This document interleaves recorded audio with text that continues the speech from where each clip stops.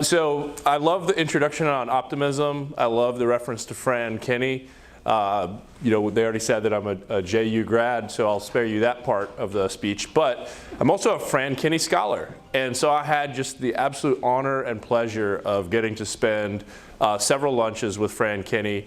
At one time I said, can you remind me your age? And I think she said, I said, is it 102? And she goes, no, sir.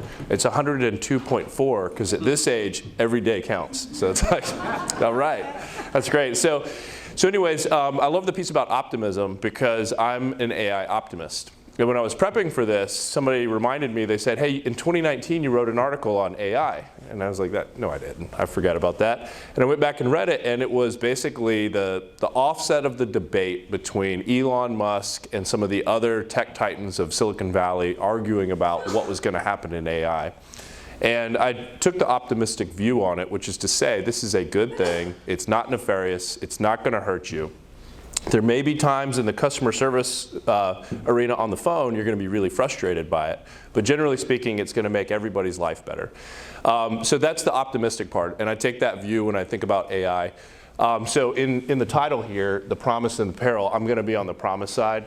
Also, when Jessica had asked me to speak at this, I said, well, sure, I'd like to teach about AI. And she goes, nah, you probably don't want to teach about it.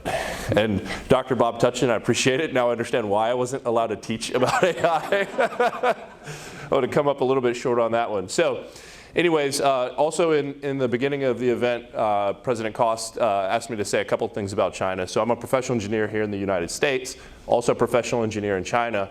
And I've had the privilege of opening engineering offices in 3 Asian countries, including in China. And so here's what I can tell you is that we're going through a big cultural shift right now in terms of manufacturing, supply chain, where we get our goods, and how we think about travel around the world. When I came out of my career at Georgia Tech, that was the golden age of offshoring, right? It was get on a plane, a Delta plane. I was a million miler. I think the day that I turned 30 is when I hit 1 million miles on Delta, and go out and see the world. And American companies were very eager to spread their manufacturing and supply chain capabilities around the world. And I got to do it in multiple industries, including aviation, building the modern carbon fiber aircraft, in consumer goods, doing things like concentrate manufacturing for great companies like PepsiCo. It is super exciting. But one of the things I think the supply chain shocks, and I'm a little off script just so you know, but the supply chain shocks of the last 3 or 4 years have done is they have kind of reinvigorated the idea that we have to be able to control our own destiny. We have to be able to make things here. We don't like going to the grocery store or to the pharmacy and being told that they're out of stock. We're not really accustomed to that. And so we have to be able to make things here. To do that, it means we have to be able to compete with our foreign partners, such as China, such as Malaysia and Vietnam, such as India. And so if we're going to make here, we all see it playing out on the world stage right now in Detroit, right? The auto workers are saying, prices are up, salaries for executives are up, I want mine. Okay, well that creates a great dilemma, but we already think new cars are really expensive as everyday consumers. So where does that give, right? Does every auto worker get a tremendous raise and then we just pay more here in Jacksonville for cars? Or does that lead to more cars getting imported from somewhere else in the port of Jacksonville, which is one of the leading car import ports? So I think what we have to think about is, as AI is now top of mind for everyone, it's the name of this luncheon, is what are we going to do to leverage AI to improve our situation here at home, to make sure that we can manufacture and support our own goods. And I'm not an anti-global trade guy. I believe firmly in global trade and spent years of my career doing it. However, I do think we have to be self-sufficient.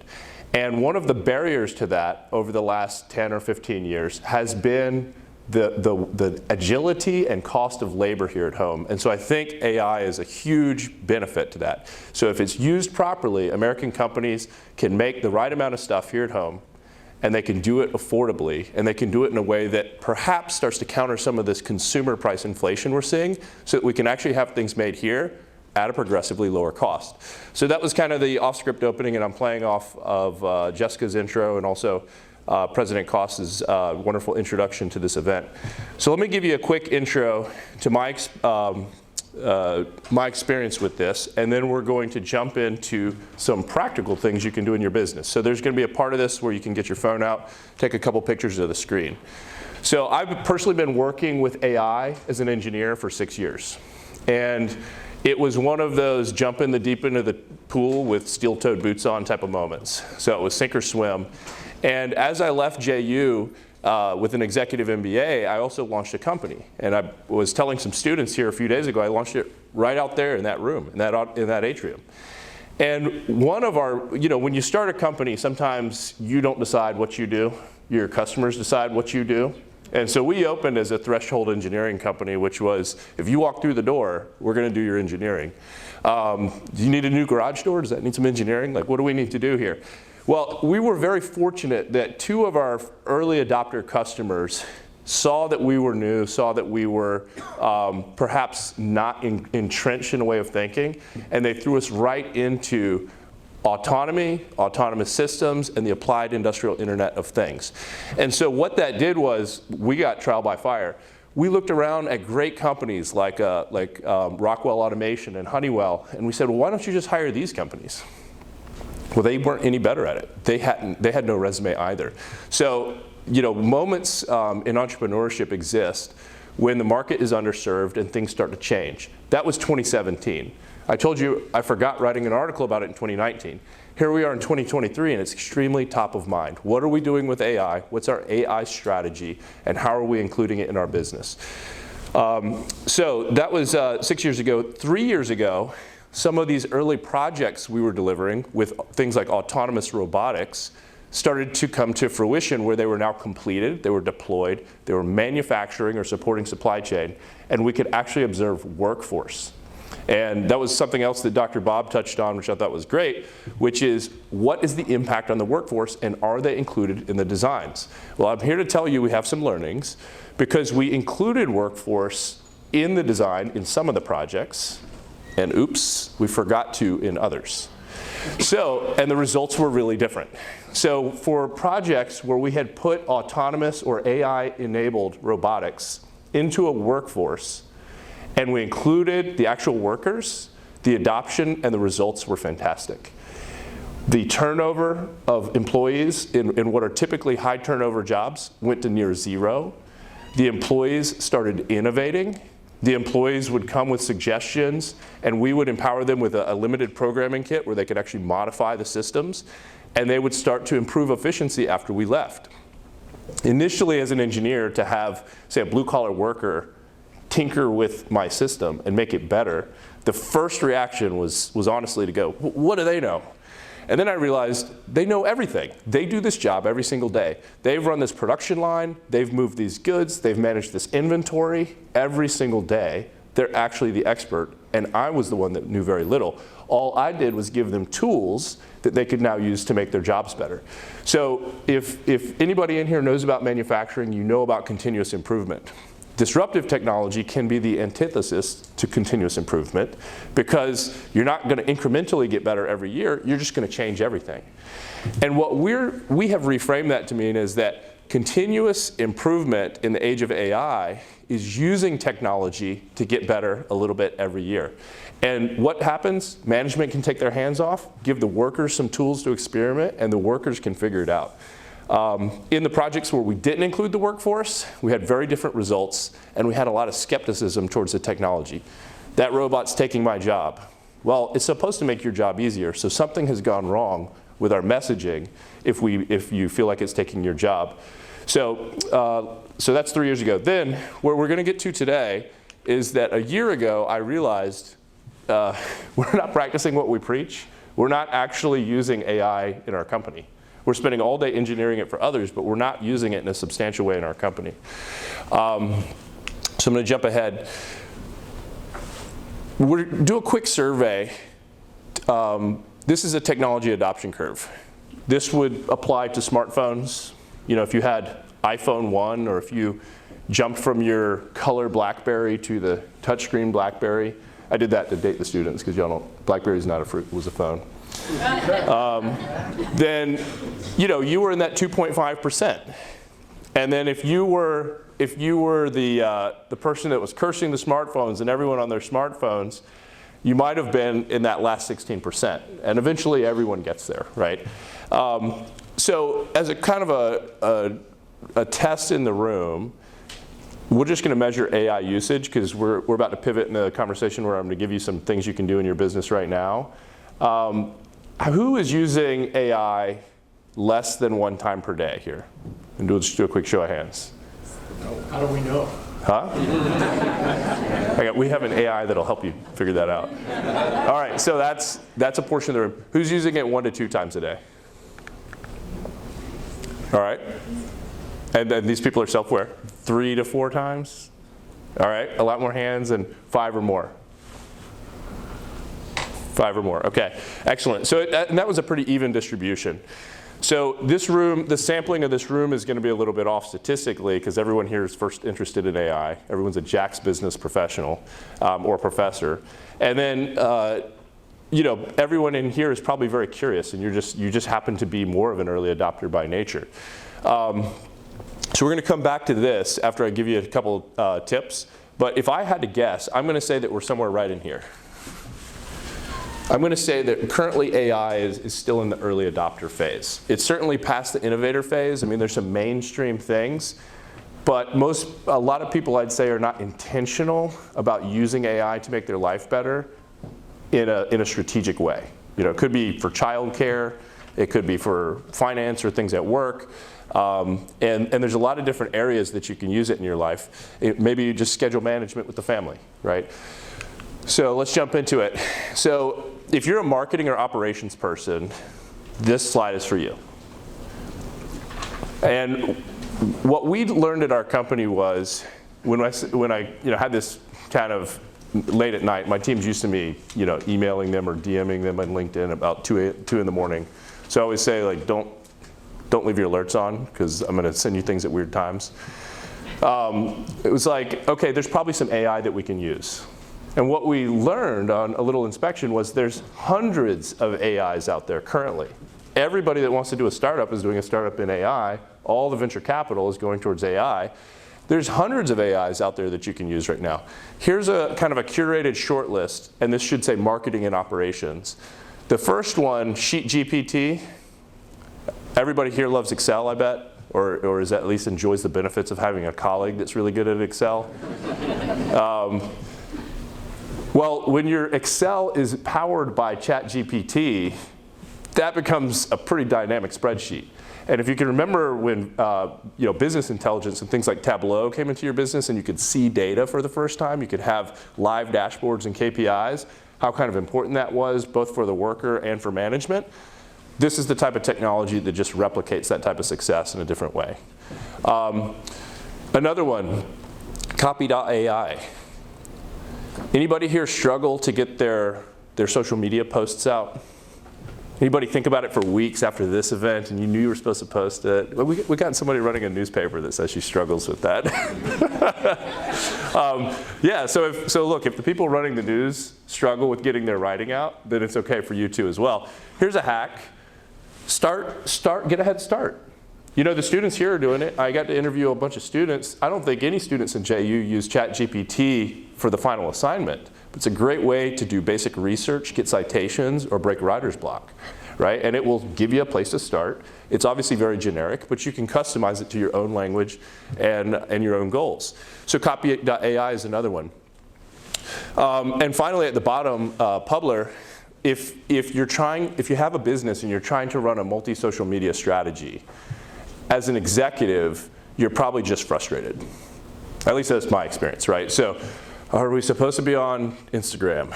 Are we supposed to get on TikTok? What's happening on LinkedIn? Well, there's now AI that brings all that together for you and gives you analytics and recommendations so you can actually see how you're being effective. And if you're going to invest in ad spend on one of those platforms, pick the channel that's going to be the most productive for your business. And so these are just some examples. So grab a picture of that one if you want these. We've tried every single one of these at our company. Next, sales. So if anybody in here is in sales, if anybody requires, let's do the show of hand. Who is in sales? Okay, All right, well, excellent. Your sales should be up after this meeting, or you're going to get interesting messages from your customers saying, are you using some sort of cheesy AI? Like, what's going on? All right, so, oops, sorry, jumped ahead. So in sales, these are just some great ways, especially if you're doing a lot of outbound marketing. You know, I don't think AI helps any sort of B2B person-to-person relationship right now. But for outbound marketing, if you are currently sending things out in the mail to generate sales leads, or you're sending emails for sales leads, then these are some great ways to do it. So I won't go in depth here. We're a B2B company. We're not necessarily experts in this. But what we wanted to see was, are there tools that we can use, maybe even just to add more engagement with our existing clients? And so that first one, Outgrow, is a great way, is getting things like quizzes out there, which give you actually intelligence. So we sent this to all of our followers. Hey, here's a quiz. Please take the quiz. We'd like to get your temperature on this trending topic. And it tells you a lot of things, not only who is engaging with you, but also what they're thinking and who might be ripe for a follow-up. Okay, any finance folks in the room? All right. So with the sales and finance, this is where all the GDP of Jacksonville comes from. All right, so here's some exciting ones. I'd say in finance, AI is a lot closer to being ready for use in your business than maybe some of the other disciplines. So Excel formula bot. Who here has ever gone to YouTube to figure out how to write an Excel formula? Well, those days are over. Just chat with your formula bot. Tell it what you're trying to do and let it do its thing, right? And then look at your colleagues as they're amazed.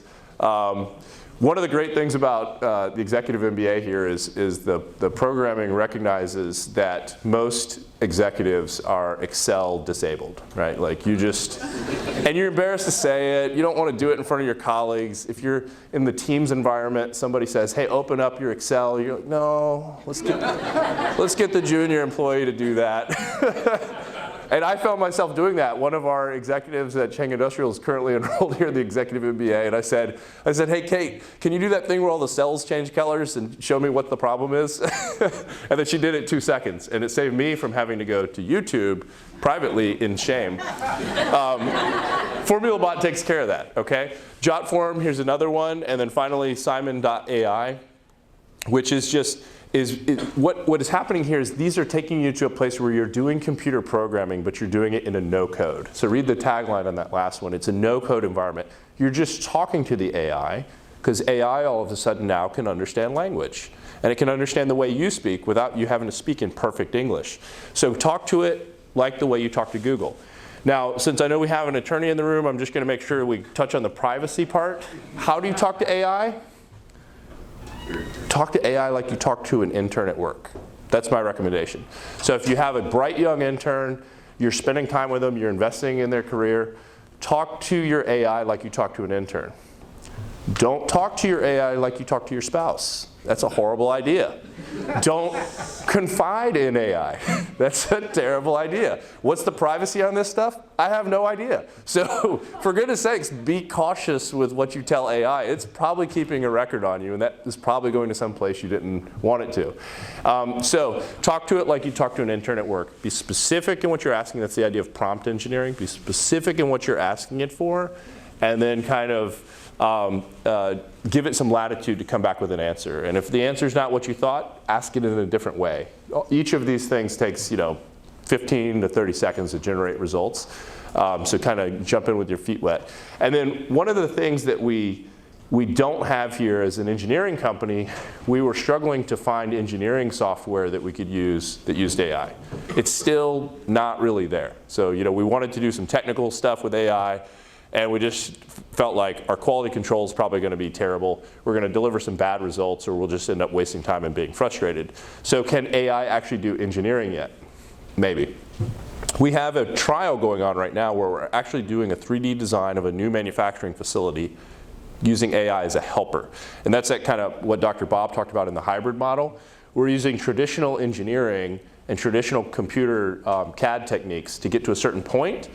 But at that handoff point where we need to go to the next level, there's hundreds to thousands of engineering hours required to make that jump, and it is kind of tedious, repetitive work. So we're testing AI right now on an actual project for an actual Fortune 500 manufacturing company to see if we can get that final jump. And what that would result in is probably an engineering hours reduction for us of about 20%, over the life cycle of a full engineering project. And so that's an increment that kind of makes sense for us to go after. And it's not that early stage engineering that's so critical to making sure you understand the customer's requirements, or that, in the public safety arena would make sure, bridges don't fall down. So that's the, it looks like we have one more. I won't go through these because I'm running probably a little behind, but grab a picture of this. If you happen to be a designer, or if you have graphic designer and media people in your company, just, shoot that to them, and it's kind of a curated list, a great place to start. Okay, so we got a couple case studies. So as I said, at the beginning of this year, we started studying it. And then we did this crazy thing where we assigned all the Gen Zs in the company the job of sorting through the list of 100, get down to a short list, and then running pilots.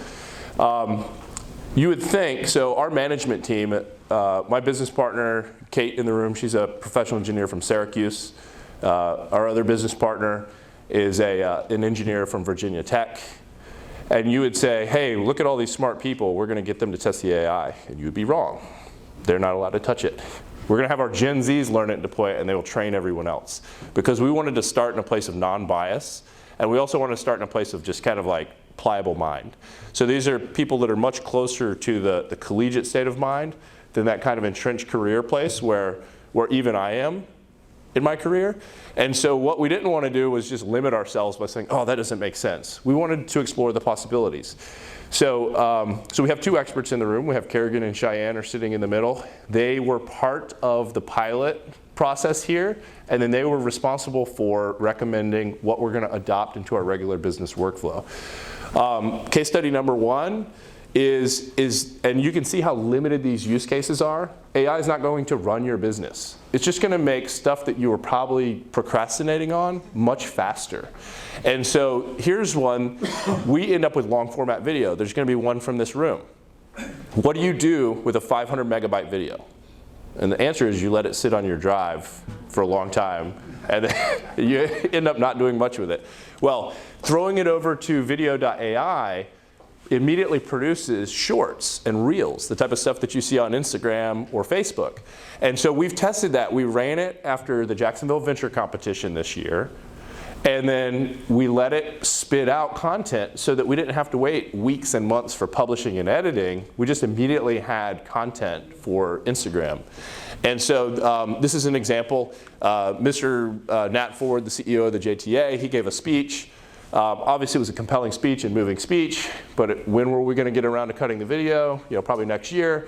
Video AI give us something the same week, right? And you have the ability to tweak it once you get it, but it gives you a place to start from, just like that research you might ask ChatGPT to do. I mentioned it earlier, Publer.io, but when you're running a campaign and when you're running marketing, you always want to know, where's your spend going, right? Where is my spend going and what's effective? And so we ran this trial. We've been running it all year, and it really helps us understand what channel that we should be going out on in terms of social media. And then finally, long format videos, does that text go anywhere? Or do we lose it forever? And so Glass.co, here's electrical engineer Bob Halfman. He gives a really motivational speech about his career in engineering, his philosophy on mentorship. Is that lost? So this AI basically just takes any video and extracts the text and turns it into a paper for you. So you can use it for quotations, you can use it for the record, you can use it for article publishing if you're in the media. Yep. And so this is just a really quick way to move faster. And we know that all marketing departments and all media departments are kind of understaffed right now, and the content's exploding. So how do you move faster? How do you do more? Okay, so we did this question already, which is how many times do you use an AI product? And one of the things that we wanted to figure out is what's left to come. Dr. Tushin told us we've been doing AI for 70 years. 70 years, and we're just now booming. Well, what's interesting is if you take a bell curve and then you do it on an aggregated basis, you see it makes an S-curve. And earlier this year, I heard a speech in Jacksonville where the speaker hypothesized that we're in an S-curve on S-curve stage of society. That not only do you have this rapid adoption that happens in an S-curve, but now we have S-curves spinning off of S-curves because of AI. Things like AI, and there's certain other breakthrough technologies, are enabling expansions on top of expansions. So for everybody in your business, I'd say if you haven't developed a strategy yet, that's fine. You know, that's why most people are here maybe. Now's the time to start. Get curious about it. I would encourage you to remain optimistic about it. Probably, you know, there's good reason to remain cautious about it. But look for incremental improvements you can do in your business, whether it's a small business of just, you know, single entrepreneur or a large business, some of our Fortune thousands here in Jacksonville. Start to look for little ways that you can do it and run those tests in the next year. You know, go ahead and start in the next couple weeks and run those tests in the next year and be informed. Maybe you're still waiting on AI to move up to where you're at. That's possible. Or maybe there's some things it's ready for right now. Okay, so I'm gonna spend just a couple minutes showing you what we do at work and why none of this was a surprise to us. We design autonomous systems. Dr. Bob has a PhD in autonomous systems. That's becoming kind of a trendy word here in Jacksonville. And really what that means is that traditional robots had to be programmed to tell them every single thing they had to do, okay? So that was a lot of computer programming. The limitation of robotics was pretty much computer programming. The other limitation of robotics was being around people. Robots are generally unsafe. We've had casualty events in Jacksonville in our manufacturing centers from when people and robots interact. And those are super tragic, and it's usually the newest, youngest workers that end up too close to a robot and then end up getting, you know, that's the end for them. So what's changed? Autonomous robots are made to be around people. They have this extra sensing. They have the extra computing power on board the robot to be able to interpret all that sensing and then understand where the humans are. So what that's unlocked is traditional manufacturing, and this also applies to, you know, large-scale distribution and e-commerce. But traditional manufacturing was a bunch of highly programmed automated cells. Those cells were disparate systems. Usually they didn't talk. And because of the nature of the data in those manufacturing cells, think of a production line, then that information never made it back to enterprise in a meaningful way. The executives, the people that sat in the EVP's office, didn't know what to do with it. And they felt very separated from the core business of the company, which is manufacturing. Now what you have is networks of automation. When I can link those smart cells with autonomous systems, autonomous robotics, autonomous vehicles, then all of a sudden I start to have continuity from cell to cell, and I can start to aggregate and generalize information. I can understand where my yield is suffering. I can understand where my productivity is lagging. And then also, I don't have to design factories in the same way anymore where everything is a linear line. I can start to develop maybe cells of excellence with autonomous vehicles transporting things between cells. So proximity doesn't matter anymore. And what's propelling the industry? So on the road, this is the stuff that's in the media. You know, these are, down here on the bottom are the robo-taxis. When those hit a fire truck, it's in the media. You read about it in the morning when you check the news. On the top right, that's the JTA vehicle that they're bringing to Bay Street soon. And then on the left is kind of a hybrid form factor. If you live in a dense city and there really is it's not convenient to get to a car, then wouldn't it be nice if your goods or groceries showed up at your doorstep? So that's what's happening on road. Off road, I think the advancements are happening much faster. Much, much faster. And the reason is there's less design domain. There's less public safety stuff to be worried about. There's less accessibility things, and then road regulations. So Boston Dynamics, they have the robot dog. We're still trying to figure out what it does. But it is super cool. So it can go upstairs. It can leave the sidewalk and go into a building and do all kind of neat stuff. I had the pleasure last week in Chicago of meeting the founder of Boston Dynamics, and I said, I love the robot dog, can I have a coupon? And he said, I don't work there anymore. I'm like, oh, thanks. On the top left, autonomous tractors. So what type of crops right now are ready for autonomous tractors? Probably not your production harvest crops. We're probably not there right now. But there's a lot of high-touch crops, such as vineyards, the grapes and vineyards, and strawberries. Each of those plants requires 6 touches before harvest. So the workers have to walk up and down the rows of crops, and they have to touch and prune and do things with the crops at least 6 times before harvest. So that's a great place for autonomous, is that kind of routine little touch. You're not going to buy enough autonomous tractors in a farm to completely manage your harvest, but that routine maintenance is kind of happening on an off-cycle basis is a great way to do it. And what does that do? It makes farmers more productive, gives them better insight to what their crop and their yield will be at the harvest season, and then also probably helps them stay on top of that routine touch that gives them a better quality product. So this is, I'll kind of fly through this. These are some of those big workforce experiments we learned, deploying in very large factories. You can see million-square-foot factories and 400,000 square-foot autonomous zones inside of factories.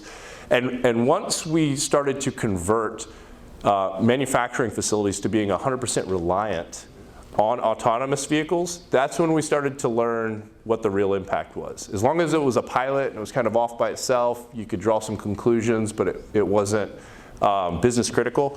Once we started going business critical, this is when we started to learn. So to do that, this is something that we came up with. This is when there's engineers in the room, they love this. I tell them it's the cheat sheet. Our finance and sales people don't care, I know. But these are the main parts. If you want to do an autonomous system, this is the basket of stuff that you have to have. The good news is most of the stuff on this list is commercially available, and you can just compete vendors. You can treat this like any regular procurement and shop around. The one on the top left that's when AI, that's the machine learning, when AI is on board a robot or a vehicle. So some people in the industry call that a drone head. It's the combination of computing, neural networks, and sensing. And then on the bottom right, this is probably the big opportunity, especially in Jacksonville, is fleet management. And so what are we doing to have these smart robots or these smart vehicles talk to each other and then talk to other systems and humans? If there's any CFOs in the room, here's the bottom line. So on the top left, you can see that having autonomous vehicles inside of a facility that moves goods is 1/10 the cost. So that's a compelling number. That's one of those you have to do this numbers. Compared to a forklift, an autonomous forklift, compared to a driven forklift, is 1/5 the cost. The only reason we know this is because we've actually finished facilities and can measure productivity using industrial engineering. And then moving down, there's some other paybacks compared to other technologies. This is some of the places we're talking about it. As you can tell, we're kind of evangelizing on autonomy and autonomous systems. And it's kind of baked into our business. But at the beginning of this, I shared we're now taking AI and running our business operations with it. So hopefully something in here was encouraging to you, and you saw something that you might take away in your business. And that's a wrap. Well.